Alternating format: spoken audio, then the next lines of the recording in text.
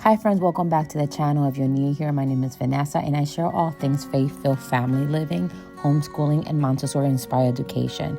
Today I'm inviting you into our home for a real-life look at what a Montessori homeschool looks like for us. So grab your tea and let's dive in to a day in a life.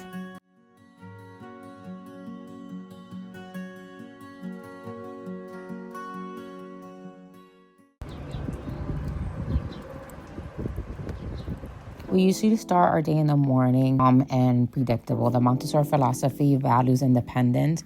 So even our little ones have simple tasks that they have to do to get ready, like brushing their hair, brushing their teeth, helping with their rooms, and picking out their own clothes.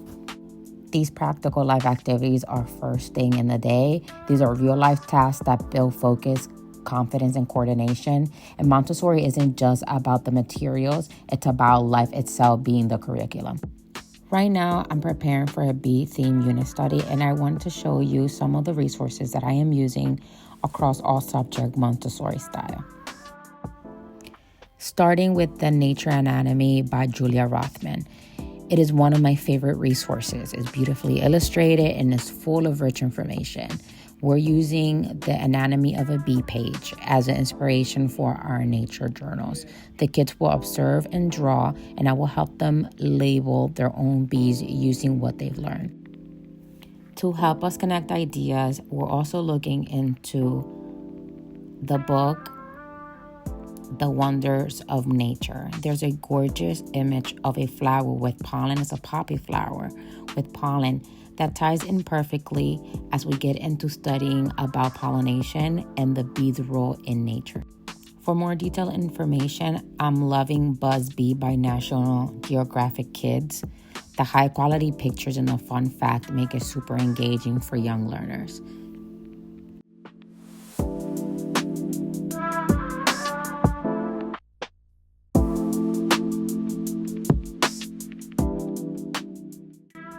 We're also referencing Farm Anatomy, another Julia Rothman. There is a section on the parts of the beehive that we'll be using to extend our bee unit study. I also have vocabulary cards that will tie in together with this. For our science experiment, we're using Stay Curious and Keep Exploring. We're doing the self-inflated balloon experiment, which is a fun way to talk about gas and chemical reaction, even for the little ones. If you've already been on my channel, you've seen this book before. I use it for our spring study. Bug Hotel is a lovely resource. There's a section about the home of a solitary bee that helps reinforce the idea that not all bees live in hives. I do have a project on this, but this I'll have it on our next video for the bee unit study. I am not done yet with this section, but here's a quick look at our science area right now. Everything is set up for the next unit study, which is the bee unit study. I'm currently using that book because it has a nest and I like the visual. I am also I already made a DIY honeycomb display that shows the different stages of a bee life. It's tactical, it's visual, and it really brings up the concept to life. Now I want to share what we're currently using for my 4-year-old and language art. Everything is hands-on and is appropriate. It assigned with the Montessori principles. First, I want to show you the primary phonetic workbook number 1. I've already done this with my daughter. It introduces sound progressively and comes with independent reading books that correspond to each new section. As my child completes a section, they'll get to read a new little story. This really builds their confidence and excitement around reading. To support writing, we're also using a simple worksheet that focuses on letter formation. These help reinforce writing the letters the proper way with directionality and control. We started with my son a word family activity. Right now, he's working on short vowels for the CVC, where it's like that end with ap, op, in, etc. It's a fun way to build phonemic awareness and start blending sounds together. These were perfect because these were a gift from my mother-in-law who works at our school currently. And she gave me these to introduce to my children, which are perfect. This is one of my favorite tactical tools. It's a beautiful wooden material from Montessori and me, and it helps with writing by allowing child to trace each letter with their finger or with a stylus. It's great for building muscle memory and pre-writing skills. For mathematics, I just started this with my son. I believe it was last week. He's doing very well already. We started with the steppy stairs, and it's a fundamental Montessori material that introduces number quality and relationship with visuals.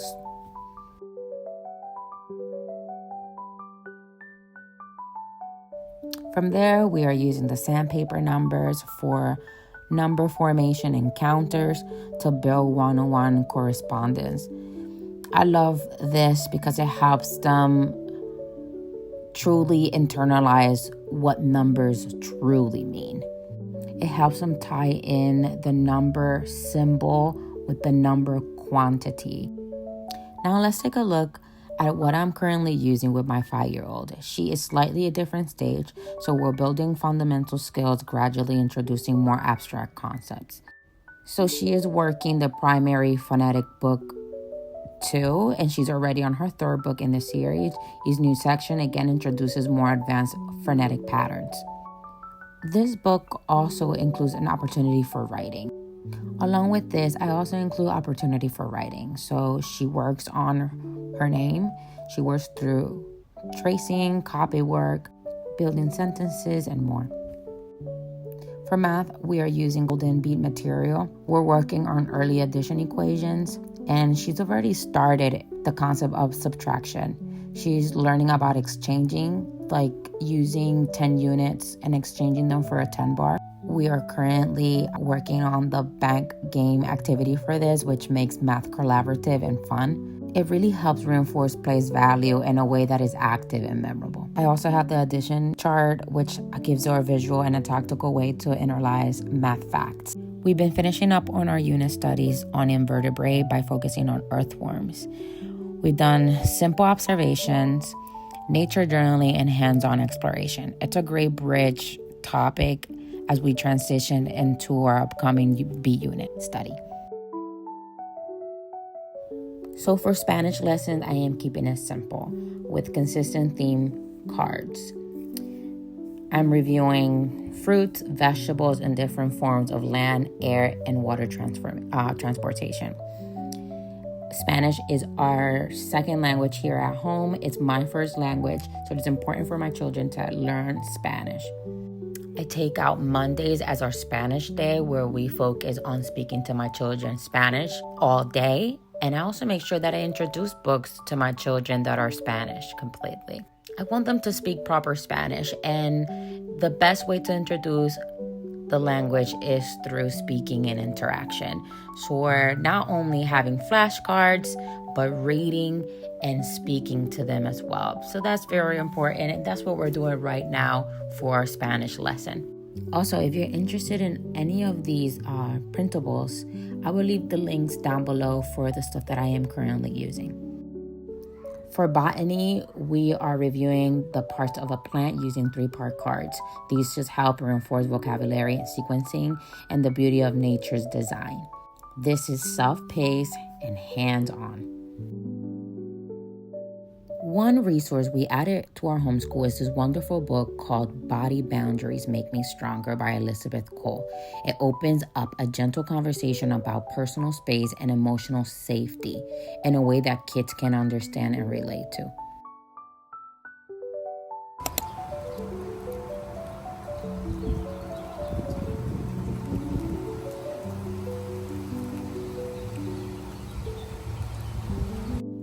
Now let's move on to our morning work period, which usually lasts 2 to 3 hours. The Montessori calls this the work cycle. During this time, I help my kids choose a work from their shelves, and we set it up based on their interest and developmental stage. On this side, I like to keep track of the work that still needs to get done for my children and make sure that we hit one of those today.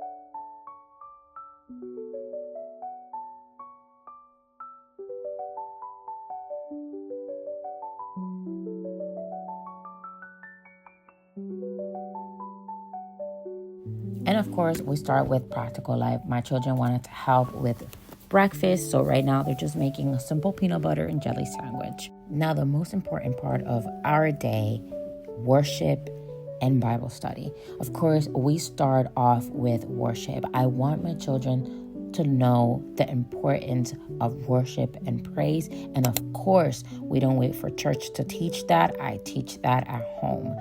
So first thing in the morning, they do worship and they learn the Bible. Right now, they're learning about Paul.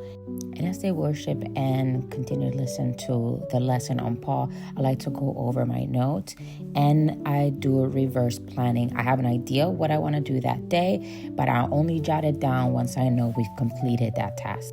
Second most important part of our day is reading. I like to mix reading through YouTube read alouds and books that I have on our shelves. Right now, we are using read alouds from YouTube. This is a wonderful story called Up in the Garden, Down in the Dirt, and this version is animated. And my children love listening to this story. I take this moment while they are concentrated on the story and I go over my folder. This folder here, I keep all the printables that I will be using that month or that week. So right now I'm taking out certain printables that I want my children to get done today.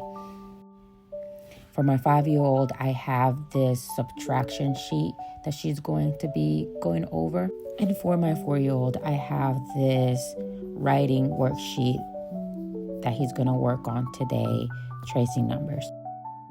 I really like to take this time to go over my plan for today and write down any ideas that I have for either the lessons that I'm teaching or something that I'm working on for the future.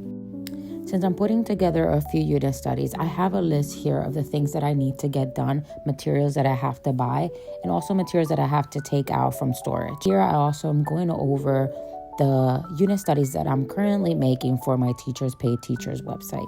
And as you know, I've partnered with my sister for the Montessori Wonder. We see this much bigger than what it is right now, and we're working on our Teachers Pay Teachers unit studies for you.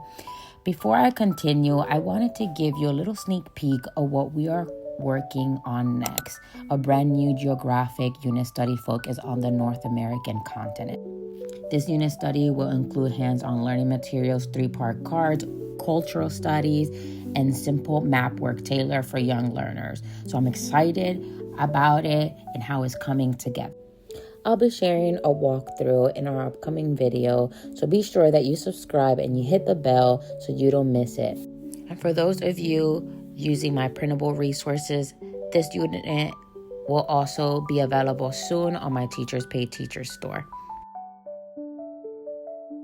I try to offer lessons 101 as needed, but a lot of time my role is to observe and step in only when it's needed. Some days are more structured, some more free form. It all depends on where they are and their learning journey.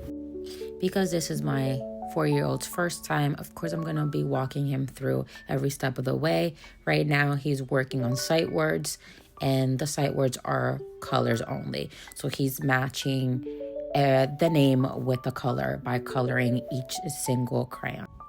He is so happy that he started his workbook because he gets to learn just like his sister. My 5-year-old is working on the second workbook of the primary phonetics, and she's already on her 3rd section, meaning that she's already on her 3rd book. Like I said earlier in this video, every section of this book gives you words that they will find in the small stories that they've built for them. My daughter now can work on her book independently. If she knows that she's stuck on a word, she will just communicate that with me and I'll help her out.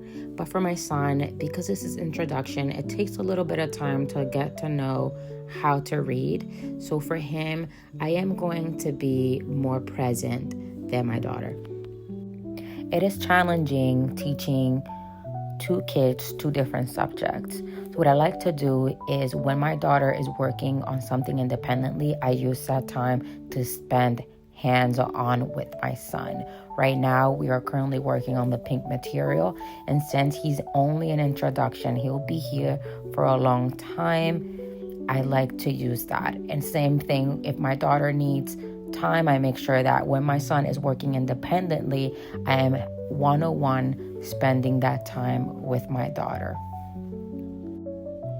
Now, this is a lesson that requires for me to spend one-on-one with my daughter. This is the third book on her primary phonetic workbook, and because it's the book that she recently picked up. I believe she picked it up last week, the end of last week. There are some words that she's not very familiar with, and she needs repetition. So while my son is working on something independently, I'm spending this time making sure that she's following and that she's pronouncing the words correctly. For my 4-year-old, today was the last day introducing the lesson of the concept of zero. He has already mastered it, so we went over it quickly, and right now I'm just going over all the numbers quickly. All of these numbers he's already mastered, so this is just a quick review before we move on into counters. Here's where the Montessori method comes alive. My son was really interested in working on his beads, his short bead stairs, and I allowed him to. We were supposed to do counters, but he wanted to do this instead. He just got introduced to this, I believe it was last week, and he really wanted to work on it today. So that's what we worked on. There it is. A bone. Okay, now we're looking for 4. Look for 4. 4 big. Bigger than 3.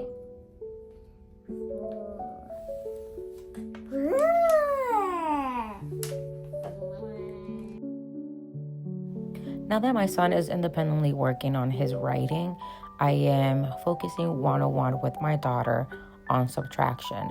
This is a new concept for her, so I need to make sure that I am there every step of the way. We are using the golden material for subtraction. I will say that as a teacher, when I first saw the things that I needed to teach my children, I was a little bit, I wouldn't say scared, but I was intimidated by the things that I needed to teach them.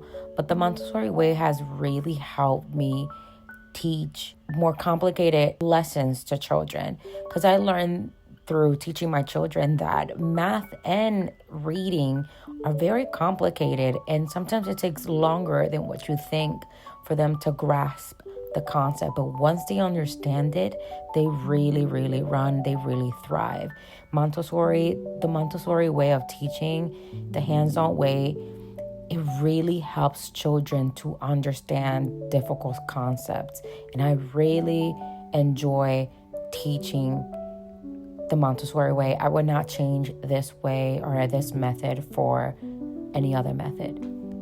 So for our last lesson, it is our invertebrate lesson, focused on earthworms.